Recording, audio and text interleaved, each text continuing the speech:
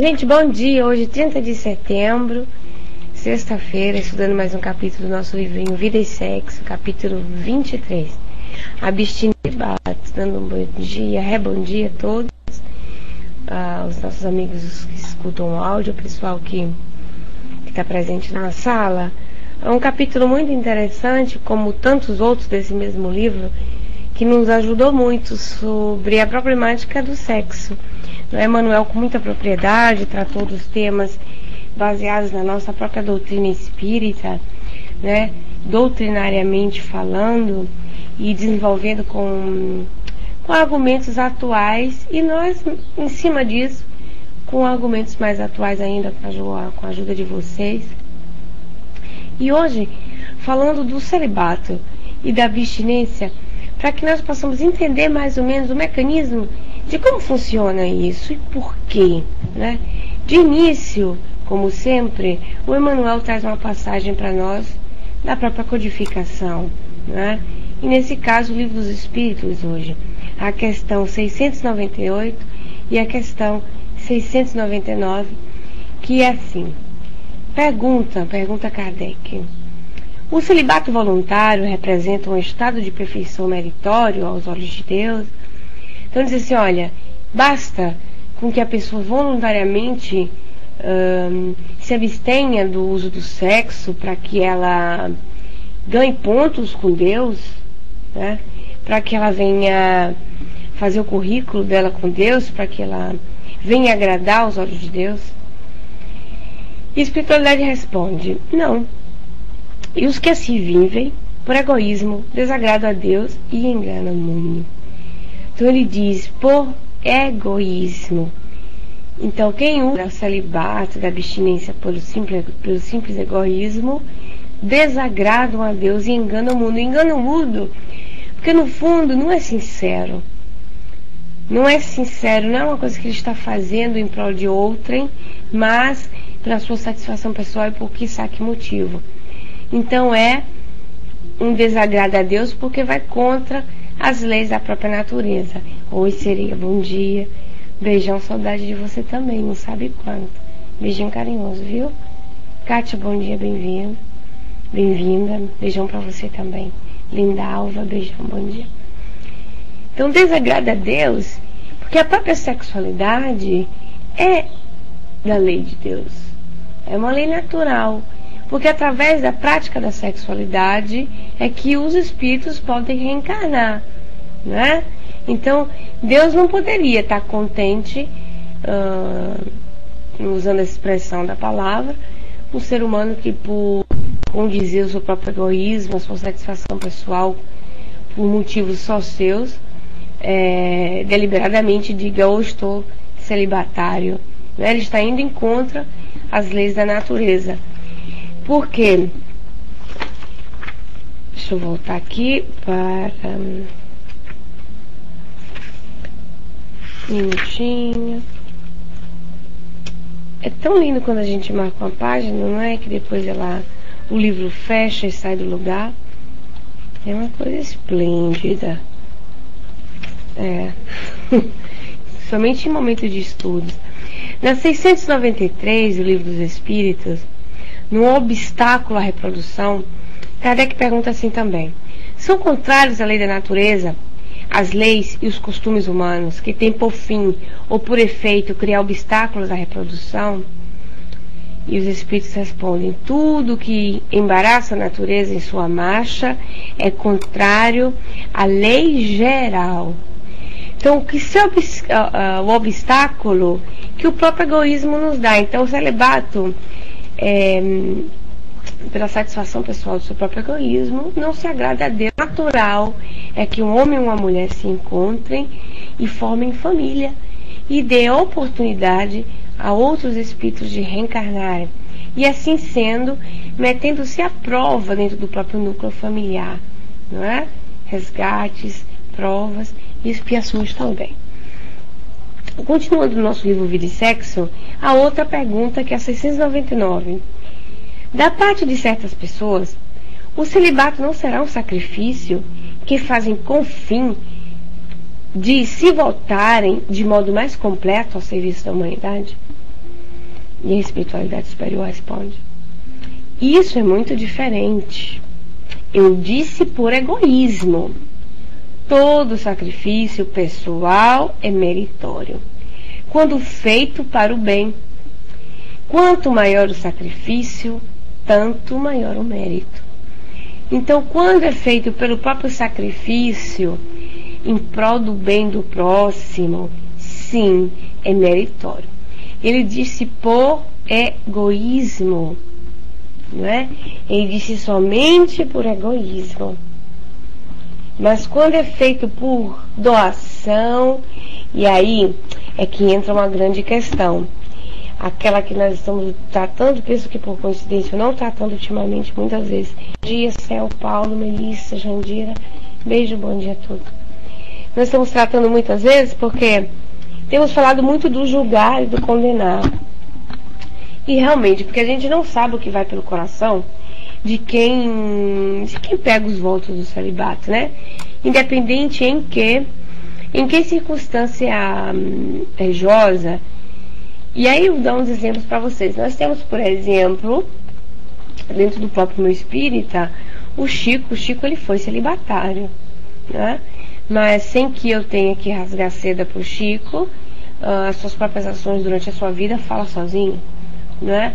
Se Chico tivesse formado família, com esposa e tudo mais, ele não teria tido tanto tempo para dedicar-se o que ele fez, né, na sua missão, que ele concluiu, que ele praticou e concluiu aqui na nossa terra. O Divaldo também é celibatário, é eunuco por amor, né, Cátia? Eunuco por si mesmo, por livre decisão sua, sabendo que ele precisava de tempo, ele não poderia se dedicar a uma família, que não é uma coisa ruim, é maravilhoso. É uma oportunidade que nós temos de confrontar, de doar-nos também, né? De dar o nosso amor para uma outra pessoa e para um núcleo familiar. Bom dia, aprendiz. Bem-vindo, Melissa. Bem-vinda. E não entra a circunstância do pecado. A pessoa faz porque precisa fazer em prol do outro, senão ele não consegue ir adiante com o seu mandato, não é? No seu objetivo e tantos outros. Já existem outras circunstâncias que nós não sabemos por quê. Então não deveria ser realmente uma coisa obrigatória, não é, Kátia? Mas por amor, por decisão do próprio indivíduo de dedicar o seu tempo total, não é, a sua vida, para uma família maior que a família universal, desculpem, e não limitar com a família pessoal. Nós temos o caso, por exemplo, de Mahatma Gandhi. Obrigado, viu, Ana? Vou precisar muito de saúde. Regina, bom dia. Hashmi, bom dia. De Mahatma Gandhi, por exemplo, que na sua biografia ele teve família, né? Mahatma Gandhi teve família, teve filhos, e ele dedicou uma causa que era a libertação da própria Índia. Ele viveu isso por um tempo, dedicando uma causa tão nobre, tão grande. Ele teve conflitos familiares. Por quê? Porque dedicando-se a uma causa exterior, né, assim, fora do ambiente doméstico, ele deixou de lado muitas situações dentro da sua própria casa. E ele tinha muito conflito dentro de casa, com a própria esposa, com o próprio filho, que lhe dava muito trabalho, entendeu? Então ele teve essa divisão, nessa divisão do tempo, que ele saiu muito meritório. O Mahatma Gandhi, diz a sua biografia, que por um tempo ele fez um teste com ele mesmo, não é? Ele casado, decidiu estar abstinente do contato sexual, e ele teve que encontro com um conflito muito grande com o próprio, como eu posso dizer, com a própria esposa, né? Por que não tem som? Tem som? Gente, me dá um segundinho, por favor.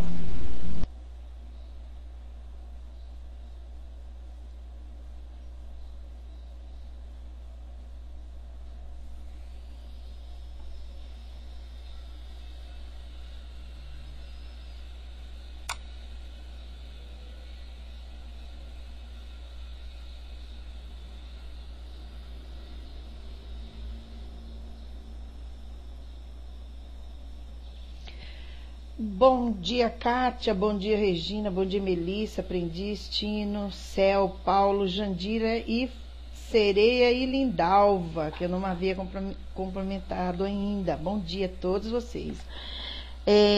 Pegando aí o gancho da Ju, vamos comentar um pouquinho, até que ela atende o telefone lá. A energia sexual, ela é criadora, gente. Olha que coisa mais linda. A energia, ela é criadora. A Ju estava falando aí da opção do Chico, da opção do Divaldo, não é? Essa energia criadora, ela não é só para criar corpos, não é? Ela não é só para criar corpos. A gente vê lá no curso do Alexandre, ele falando sobre essa energia iluminada, Joana de Ângeles nos passando esses conhecimentos. Ela também é criadora da arte, né? Olha que lindo! Do amor, da arte, é criadora da arte. É sublime, né? Olha só, a energia sexual, pela constituição íntima, é criativa.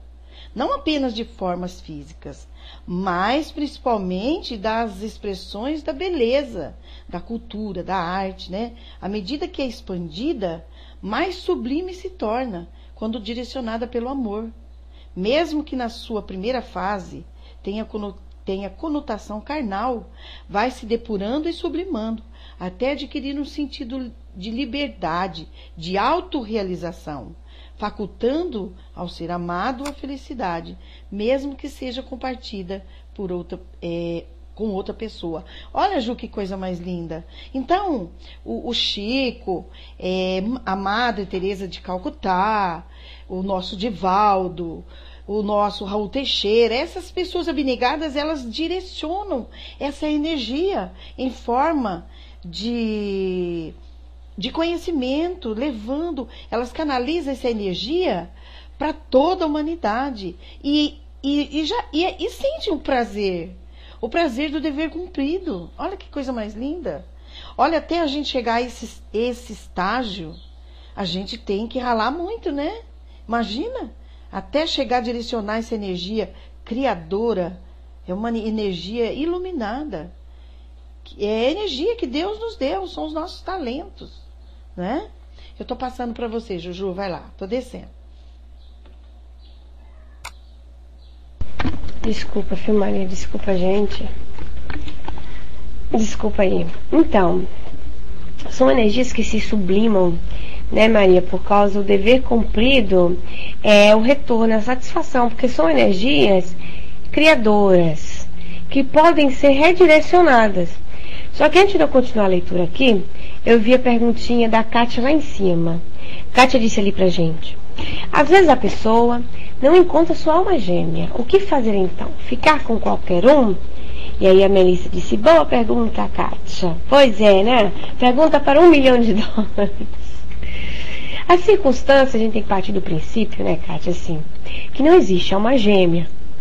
Não existe a outra metade da laranja. O espírito, ele não é incompleto. Deus cria cada um por si. Estamos crescendo, fazendo a nossa estrada cada um, né? Não é que nós precisamos de uma outra pessoa para completar-nos. Mas é lógico que nas encarnações e reencarnações, nós nos afeiçoamos a espíritos que estão dividindo conosco a nossa vida. Ora filho, ora marido, ora pai, não é? São experiências que vão somando a nossa bagagem espiritual. Nos capítulos anteriores desse mesmo livro, que se chamava, eu vou dizer para vocês o nome do título, se chamava assim, olha, se chamava Desvinculações. Quem lembra desse capítulo? Era o capítulo 15, por sinal devem ter o áudio gravado desse capítulo. Desvinculações, que falava, viu, Kátia, desses amores que nós temos, das nossas paixões, dos homens que nós amamos, não é? Esses grandes amores, essas grandes paixões, e que muitas vezes, em encarnações sucessivas, é necessário que ou o homem ou a mulher recebam aquele indivíduo como um filho, não é?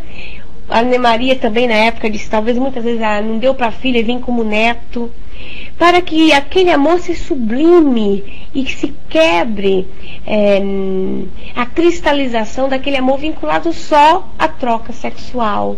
É um amor que existe, porque o amor é um sentimento único, mas que troca de papel.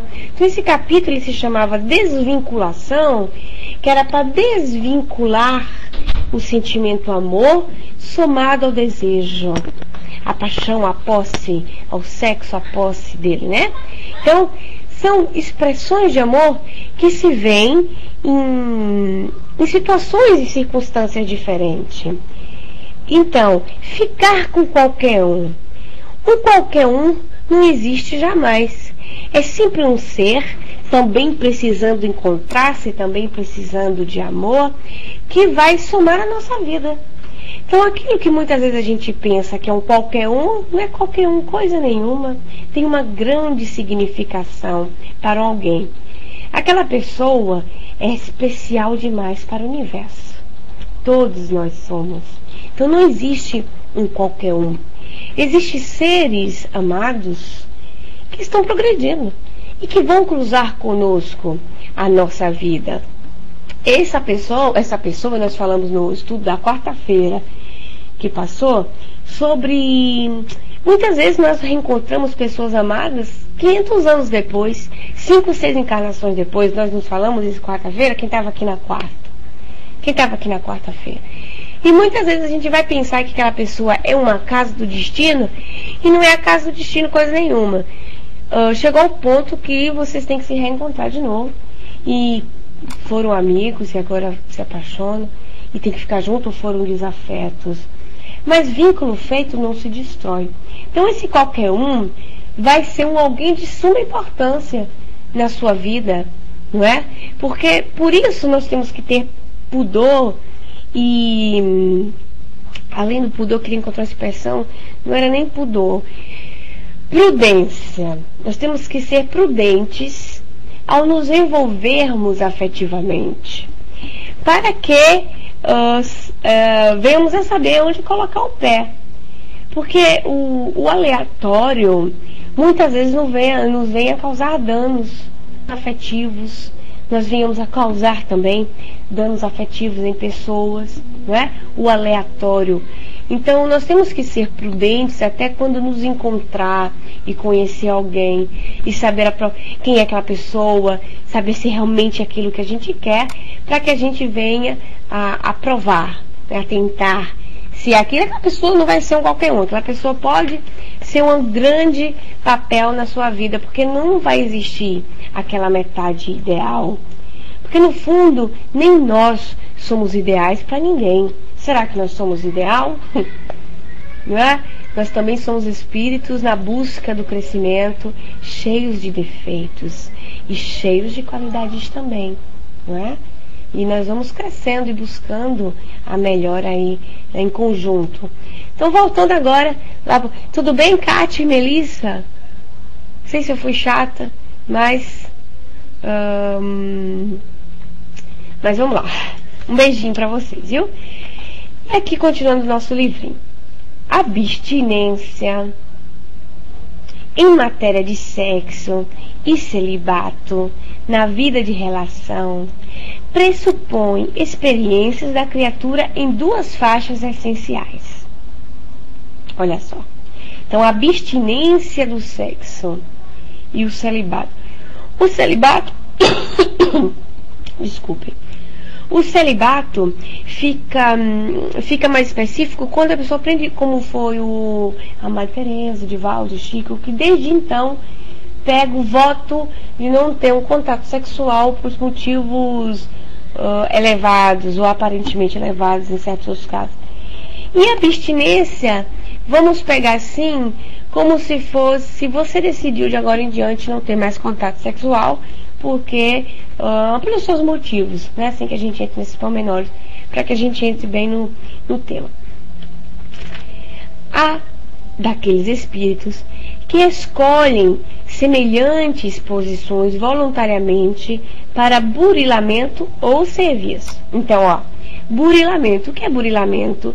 É da um de malandro, né? Passar a perna, está pensando que está passando a perna em Deus. Pensa assim, passar a perna em Deus. Quando foi criado o celibato, né, em algumas leituras sobre o cristianismo primitivo, dizia-se que os próprios padres na época podiam casar. Era aceito o casamento, tudo. Mas a igreja tinha um interesse político nisso. Isso é histórico, não é? Podem ter gente que tem a versão contrária, mas isso foi o que eu li na época que fiz uma pesquisa sobre o assunto e achei como conteúdo.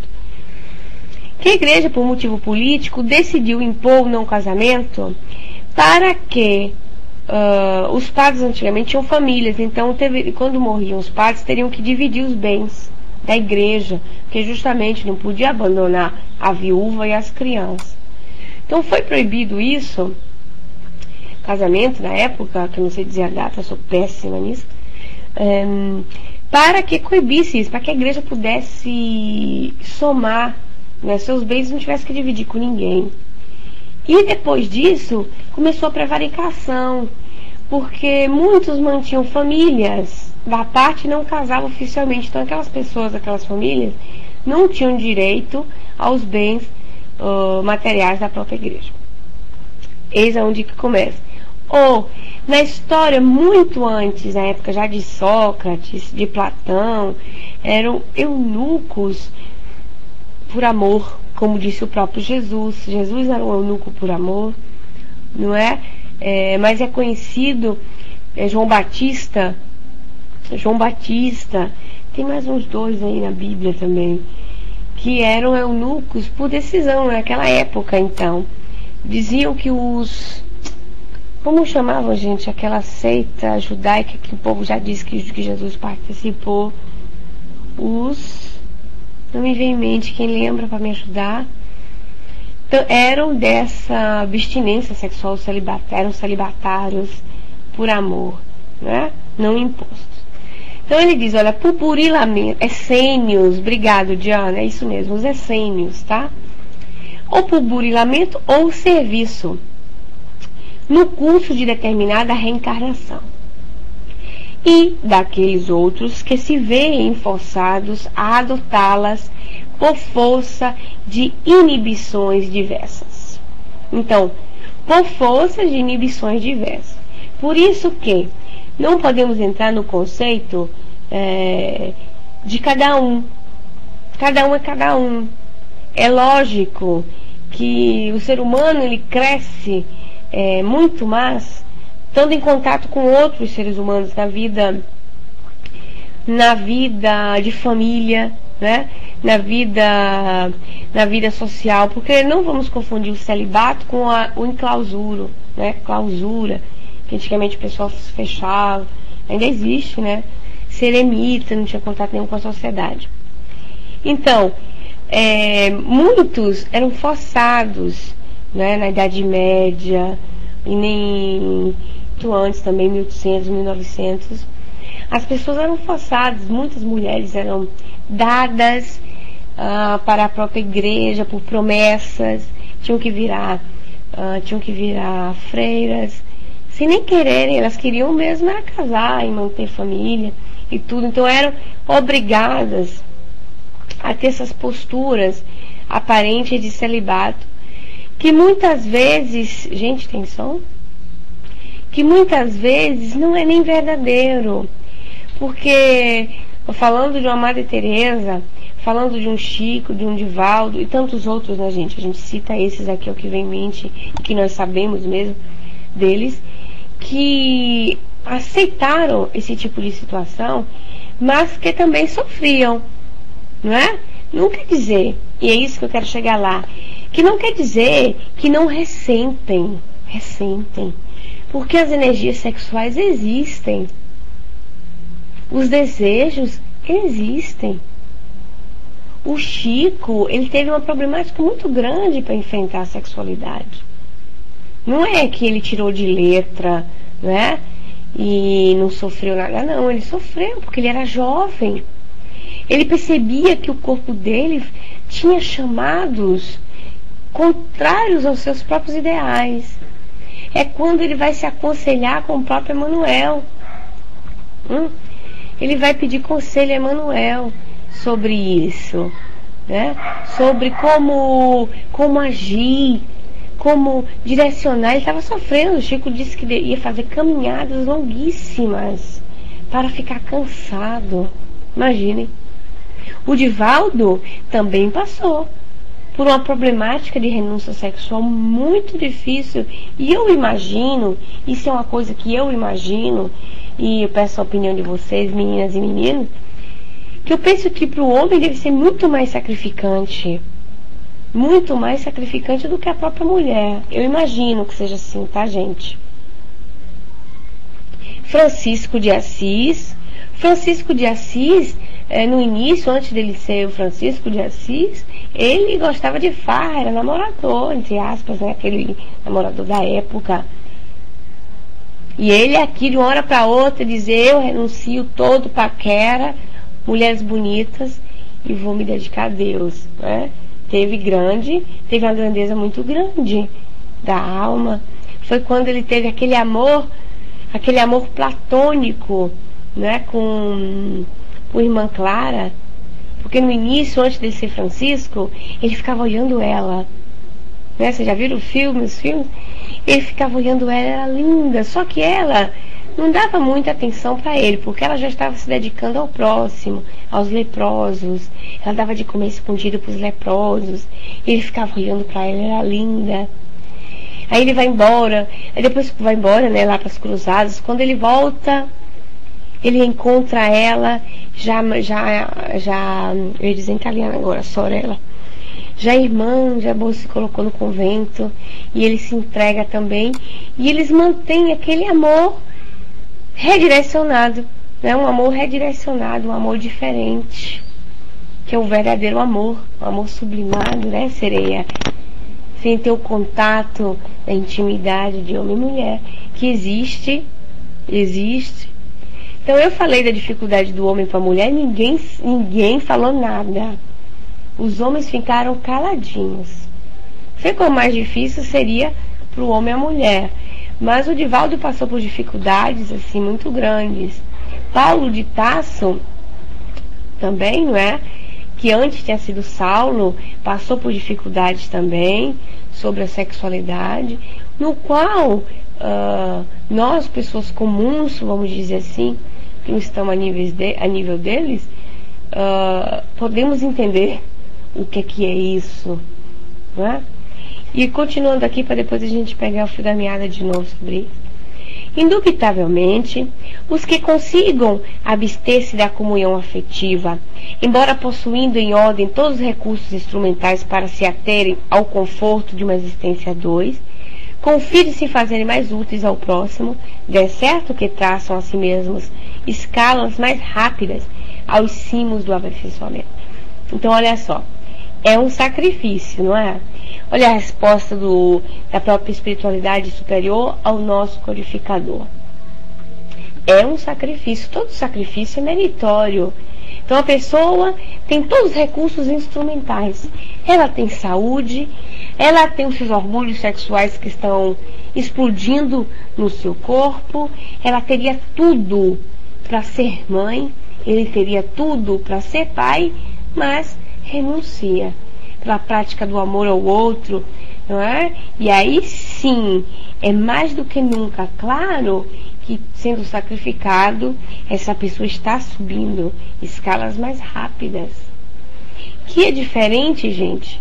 Por exemplo, hoje o que é que eu vou pegar aqui para exemplo hoje? O Papai do Céu manda dizer que vai ser você, a Maria. Gosto de pegar a Maria, não sei porquê.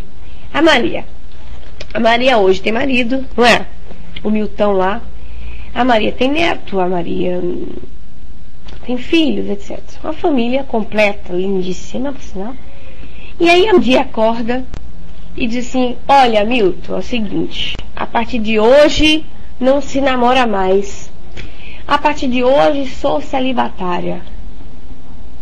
Vou querer passar o resto da minha vida me dedicando só ao próximo.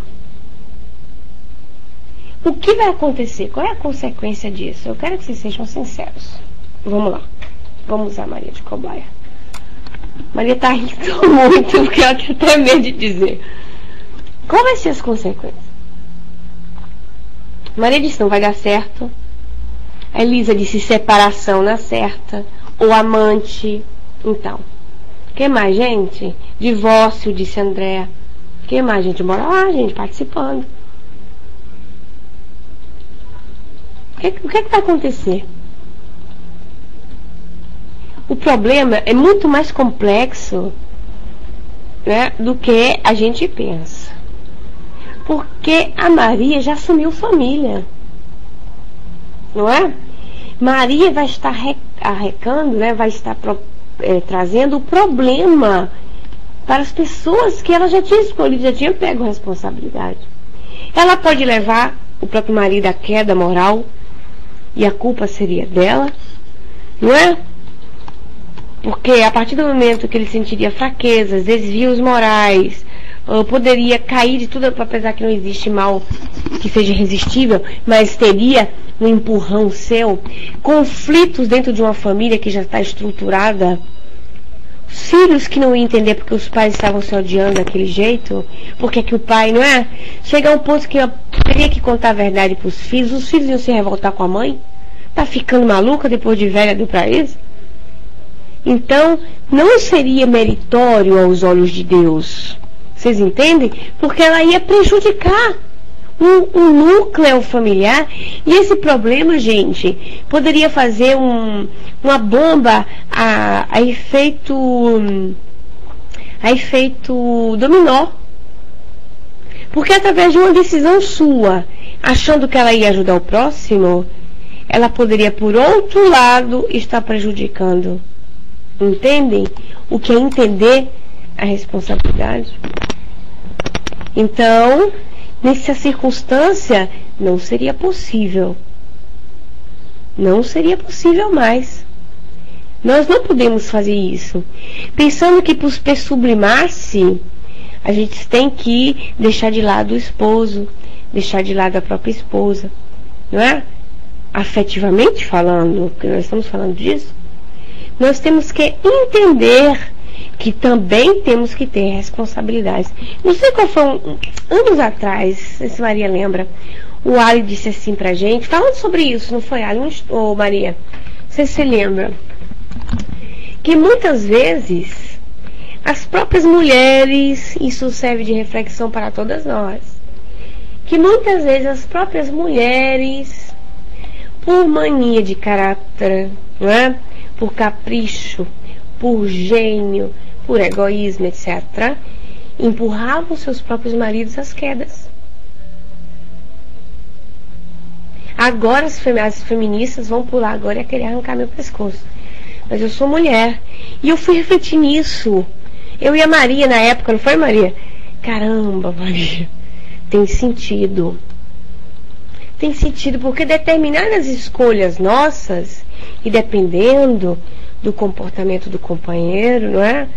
Das fraquezas que eles vinham ter, das necessidades, dos apetites, dos anseios, a gente, pensando que elevando-se a Deus de um modo, nós estamos rebaixando do outro. E aí nós estamos nos comprometendo por outro lado. É uma reflexão. Isso é uma conversa de pé de orelha, não é? Muriel, bom dia. Luciano, bom dia. Agindo assim, por amor, doando o corpo a serviço dos semelhantes e por esse modo, amparando os irmãos da humanidade, através de variadas maneiras, convertem a existência sem ligações sexuais em caminho de acesso à sublimação, ambientando-se em climas diferentes de criatividade, porquanto a energia sexual neles não estancou o próprio fluxo. Então, existe. A energia sexual está lá. É realmente um grande sacrifício.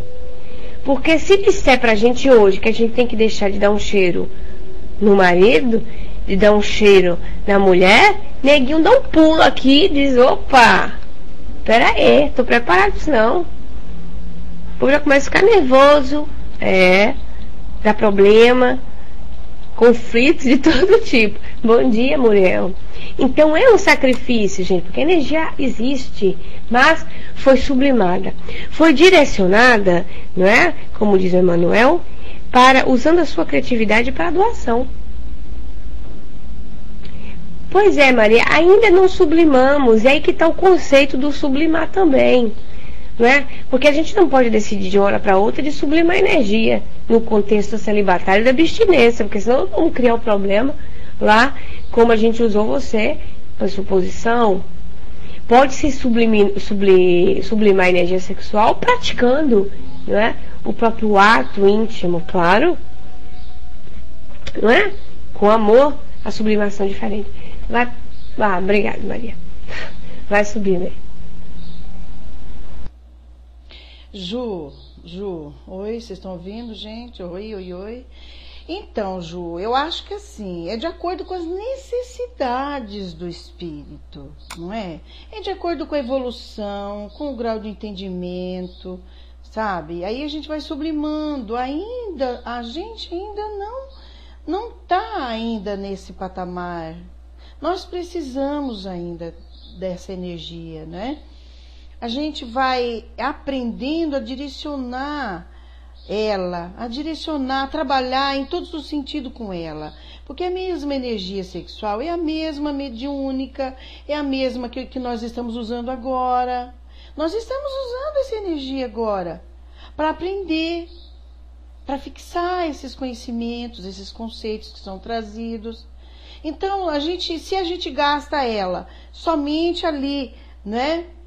No lado sexual. E as outras? Nós temos que estar distribuindo em todos os sentidos da nossa vida. E vai chegar um certo tempo que nós não vamos precisar, que nós vamos estar por exemplo, canalizando ela para outras coisas. E vai diminuindo, mas isso depende da nossa evolução. E depende mesmo. Espíritos evoluídos, eles não ficam mais terra a terra. O Alexandre sempre fala, é da cintura para baixo e da cintura para cima. Às vezes a gente fica terra a terra, não é? O espírito tem que tá sempre fazendo essa energia, circulando. É maravilhoso isso, gente. É maravilhoso. Mas quando a gente reencarna, nós trazemos as nossas necessidades. Por isso que às vezes o celibato é muito prejudicial. Porque, que nem disse a Ju, a energia está ali. A vontade está ali. E está sendo castrado. Está sendo como que se desbloqueada essa energia. Olha que perigo. Não é uma coisa natural. Está sendo bloqueada. Ela pode causar danos. A gente já aprendeu também que antigamente as igrejas proibiam. O sexo foi proibido. Não é? Olha só. A gente sabe. Ainda nós trazemos ainda esse tabu a ser quebrado. Nós trazemos esse ranço dentro de nós, que tudo era proibido. Olha que coisa. Tudo era proibido. Nada é proibido, gente. Essa energia nós herdamos quando Deus nos criou. Quando a célula ali estava se fazendo. O que foi que sobrepôs ali? A procriação, não é? Então, olha como que é. Aí vai depender muito de cada criatura, as necessidades de cada um, para resolver tudo aquilo que nós trazemos, para resolver essas pendências. Por isso que existe tantos crimes, tantas criaturas raivosas, nervosas, com tanto problema nessa área sexual. A pessoa tem que se resolver mesmo, tem que aprender, tem que se educar. É uma educação, assim como todas. Nós temos que saber direcionar, equilibrar. Porque, gente, olha só, é o espírito que comanda a matéria. A gente nunca pode esquecer isso. É o espírito que comanda tudo. Nós somos uma máquina perfeita. O nosso corpo físico é perfeito. É uma máquina. e o espírito que comanda. Então nós trazemos as nossas doenças da alma para ser sanada. E é necessário cada criatura passar por aquilo que é necessário. Estou descendo, Juju, vai lá, meu anjo, estou descendo. Sim, Maria, o sublimar, como você diz, é o redirecionamento, né? Então vamos fazer o seguinte: se a pessoa concentra qualquer ideal, qualquer energia, num ponto só, vai ter descompenso. Não é? Se a gente pega uma balança e pega 1 quilo de farinha e bota de um lado só, com as balanças de 2, né? O outro lado vai ficar faltando. Então é normal que nós temos que dar um pouco, é igual o tempo. Se nós dedicamos o tempo só a uma coisa, o restante vai ficar abandonado. Então nós temos que dedicar com equilíbrio. E essa energia distribuída para tantas outras coisas. Eu já disse em outros estudos, é a mesma energia que uma dona de casa lava pano, lava o chão, cuida de menino, a mulher que vai para o supermercado, o homem que vai trabalhar, não é? Que vai descarregar caminhão. É a mesma coisa. É a mesma energia que está circulando em você. E a energia criativa, a energia sexual, é a que nos transborda em tantas outras circunstâncias. Então se equilibra. Por isso que se pode ter energia sublimada praticando o próprio ato sexual, sem abrir mão dele. Existem casais elevadíssimos que praticam o ato sexual e é lícito, não é? Senão entramos no conceito do proibido. É cada um que tem que dosar o seu próprio equilíbrio, o seu próprio equilíbrio de casal, que vai entrar dentro dos parâmetros cristãos e morais. Como é que vai agir?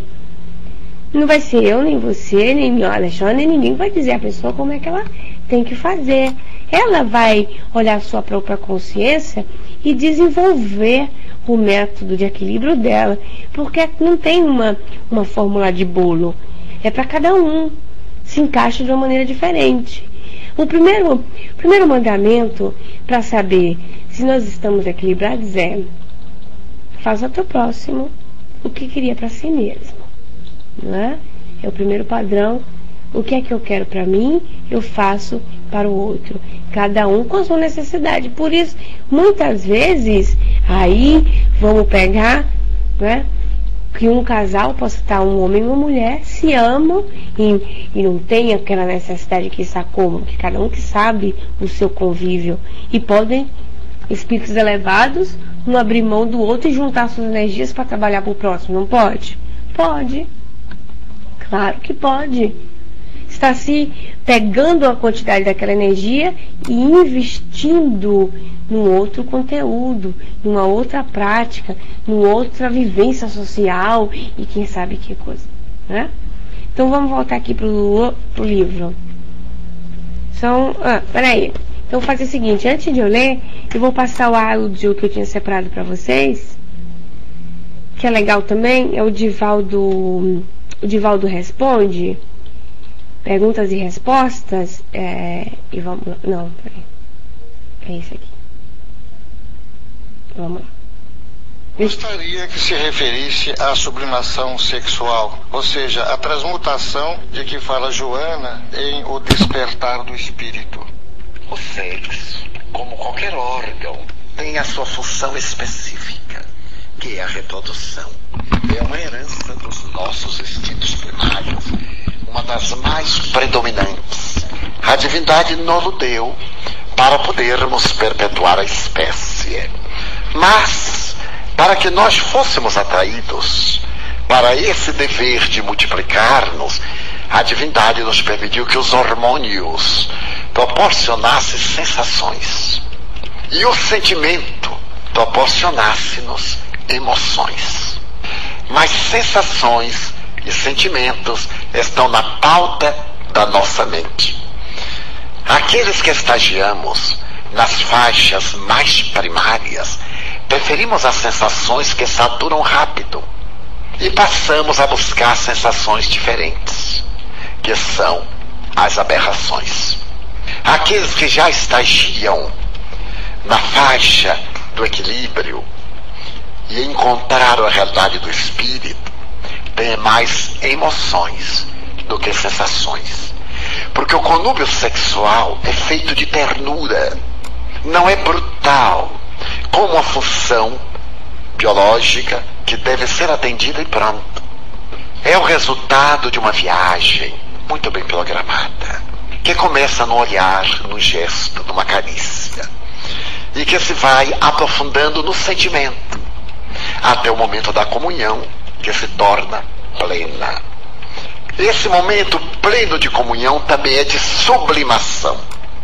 A sublimação não se dará exclusivamente pela abstenção, porque o indivíduo pode abster-se do uso do sexo, mas não eliminar os clichês mentais dos tormentos. Parceiros que vivem em plena harmonia estão sublimando a função, estão avançando com muita plenitude para esta sublimação.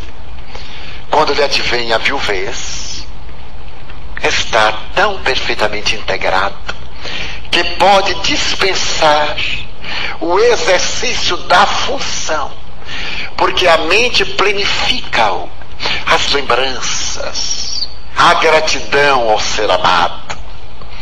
Aí a sublimação, na visão de Joana de Ângeles, não é deixar a função sexual através de uma conduta castradora ou muitas vezes inibitória, porque há muita gente que está na castidade por conflito, por incapacidade, por tormento, e não tem a mente pura e disciplinada. E pessoas que têm excelentes relacionamentos sexuais em um estado de tranquila pureza, porque não é o sexo que é imundo, impuro das tradições religiosas, é a mente de quem usa como a mente de quem come, de quem fala da vida alheia. Falar não é mal, o que a pessoa fala é que dá qualidade ao ato de falar. Quando nós examinarmos o sexo como um departamento tão sublime como o coração, ou o cérebro, ou o pulmão, nós teremos o mesmo respeito, carinho e nobreza para com ele, como temos o órgão da vista. Eu, por exemplo, não me detenho a olhar tudo quanto eu consigo perceber. Seleciono as imagens, aquelas que me são apetecíveis e aquelas que não me interessa registrar. Nos valores da manifestação sexual, temos aquelas aptidões para o sexo de profundidade, de ternura, e para o aviltamento das funções sexuais na busca incessante e perturbadora do prazer. Desse modo, quando Joana de Ângeles faz a abordagem no despertar do espírito, está convidando-nos ao amor para depois o sexo, e não ao sexo sem amor, que é apenas uma função, como pessoa come por vício de comer. É muito comum, e ontem Luiz falou, e foi muito engraçado quando ele, não sei se vocês tenham pedido alguma coisa, depois vão deitar. Quem é que aguenta? Depois desse jantarzinho modesto e do cafezinho, ainda chega lá e pede assim um filé com fritas. Pois algumas pessoas pediram. Claro que não comeram o suficiente na hora do jantar. É o hábito. Dessa maneira, nós podemos atingir esse estado de sublimação até o momento em que o aparelho fisiológico seja dispensável. Quando ele apresentar as suas necessidades biológicas, ele tem mecanismos que se encarregam de eliminar os excessos. Eu estive lendo pela enésima vez o Paulo Estevão no mês de dezembro. Nos últimos dezembros, nós dedicamos em nossa casa as palestras a Jesus, ao Evangelho nascente, ao cristianismo primitivo. E voltamos sempre a ler o Paulo Estevão, que pessoalmente considero a mais extraordinária obra a esse respeito jamais escrita. Eu não tenho cultura de outras obras, mas das poucas que eu li, esta para mim tem primazia. E então Emmanuel fala mais de uma vez Ele experimentava também os tormentos da carne, porque era um ser humano.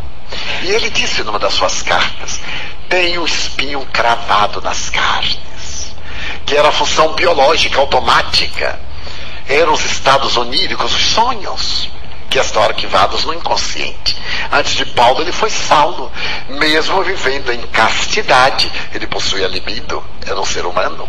E naturalmente, mesmo depois de Paulo, de todos os exercícios de sublimação, o inconsciente liberava clichês e podia despertar aturdido. Mas pela sua disciplina de sublimação de todas as funções, comer pouco, dormir pouco, renunciar aos prazeres imediatos, o organismo se encarregava de eliminar os excessos. É um ato de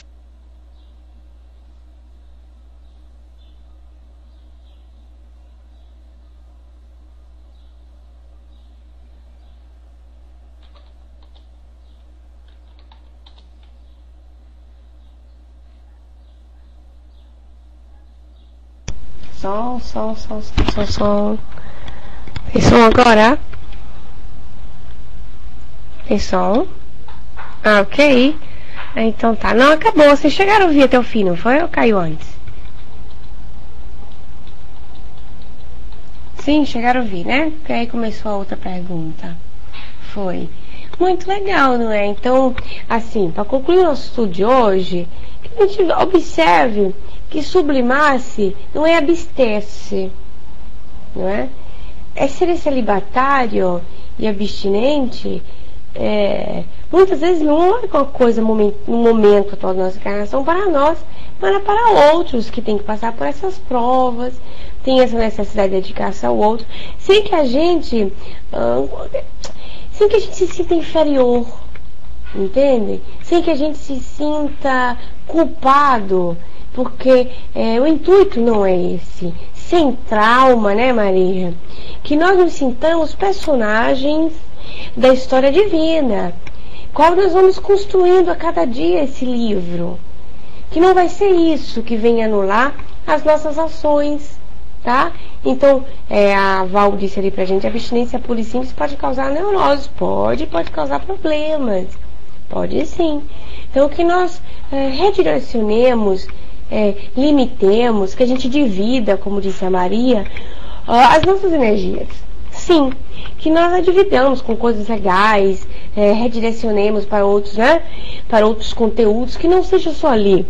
Ali sim é um problema se focarmos desculpe, se focarmos somente no ato sexual e não no viver, porque viver é o que nos contribui à vida, né? Se nós observarmos que casais, muitas vezes existem conflitos entre maridos e mulheres, como sofrem? Muitas esposas sofrem pela falta de atenção do próprio marido. Olha que conflito que é entre elas, não é?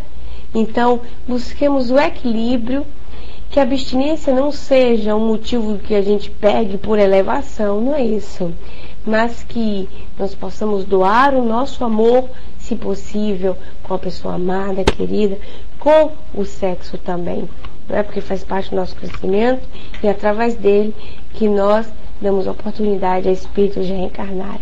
Olha nós aqui outra vez, né? Graças a Deus, nosso pai e nossa mãe, se quiseram bem, se encontraram e deram a oportunidade de nós nos encontrarmos aqui, nesse planeta, hoje e agora. Então, muito obrigada a todos, concluindo nosso estudo, continuando ele a semana que vem, a outra metade desse texto e desse tema, porque nós vamos voltar a falar na sexta-feira próxima. Ou eu ou a própria Maria, né? Gente, muito obrigada. Passando, quem vai fazer nossa prece é a Sil. Pega o